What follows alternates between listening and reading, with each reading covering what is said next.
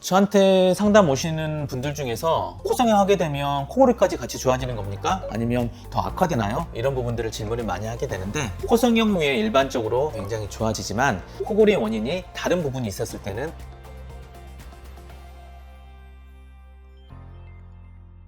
안녕하세요. 아름다운 코, 숨쉬는 자유, 바로코 대표원장 김준입니다. 오늘은 코 성형과 수면 무호흡, 코골이의 연관성에 대해서 알아보도록 하겠습니다. 코골이라는 것은 이제 코골이가 지속되면서 수면 시기에 호흡을 하지 않게 되는 그런 끊김이 발생하는 걸 수면 무호흡이라 하는데요. 우리가 숨을 쉴 때 코나 그다음에 목젖, 그다음에 혀 뒤, 그리고 인두, 후두 통해서 폐로 들어가게 됩니다. 이러한 과정들 속에서 어떤 부분이 좁아져 있어서 그 안쪽에 좁아지게 되면은 우리가 굉장히 공기 흐름이 빨라지게 되고, 그 빨라짐 때문에 이 코나 아니면 목 뒤의 점막들이 이 떠는 현상들 때문에 이 코골이 소리가 나게 됩니다. 이게 더 심하게 발생하게 되면 목젖이나 혀 뒤쪽 부분이 서로 접촉하게 돼서 막히게 돼서 공기가 유입이 안 되게 되는 게 이제 수면 무호흡이라 하죠. 보통 성인의 45% 정도에서 이제 일시적으로 코골이를 경험을 하고요. 코골이가 굉장히 심해서 수면 무호흡까지 발생한다고 합니다.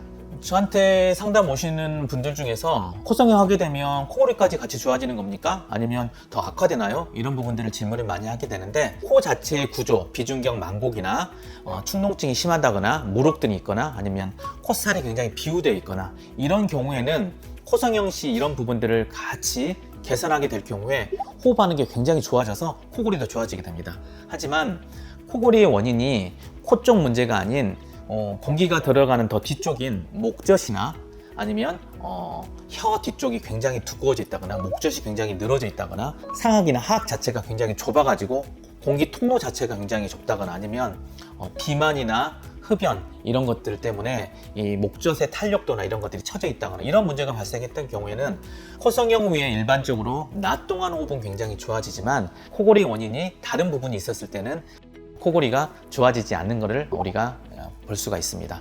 따라서 코골이의 원인이 어떤 부분의 원인인지를 찾아가지고, 만약 코의 문제라 그러면 코 문제를 해결하는 것이 가장 중요하고, 다른 문제의 원인이라 그러면 우선은 코의 문제를 해결하고 다른 문제 해결을 이제 추가적으로 하는 것이 코골이에 도움이 된다 할 수 있습니다. 이런 코골이의 원인은 이런 구조적 이상뿐만 아니라 생활 습관이나 나이, 성별하고도 영향이 굉장히 큰데요. 가장 대표적인 게 살이 찌는 거죠. 이제 살이 찌게 되거나 비만하게 되면 아무래도 이 코나 목이나 이 안쪽도 살이 굉장히 차게 되고, 그러면 이 공기가 들어간 통로가 좁아질 수밖에 없죠. 이제 또 하나가, 보통 남자보다는 여자분들이 코를 많이 안 고는 이유가 살 문제도 있겠지만 이 여성 호르몬인 에스트로겐이 이 피부나 점막을 굉장히 탱탱하게 유지를 하게 됩니다.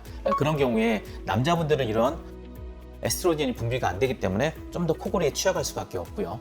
그 다음에 음주나 흡연 같은 경우도 만성적으로 입 안쪽이나 코 안쪽, 그 다음에 이 인후두 쪽에 점막들이 부어 있고 이렇게 부풀어 오르게 만들어서 코골이에 악영향을 미칠 수가 있습니다. 오늘은 코성형과 코골이, 수면 무호흡증에 대해서 알아보았습니다. 모든 코성형을 한다고 해서 수면 무호흡이나 코골이가 좋아지는 건 아니지만, 공기의 통로인 이 코의 치료는 동시에 하는 게 좋기 때문에 코골이가 있으신 분들도 내원하셔서 전문가와 상담을 받으시면 좋겠습니다. 이상 아름다운 코, 숨쉬는 자유, 바로코 대표원장 김준이었습니다. 더 궁금하신 점이나 문의사항 있으시면 언제나 댓글이나 병원으로 문의 상담 남겨주시면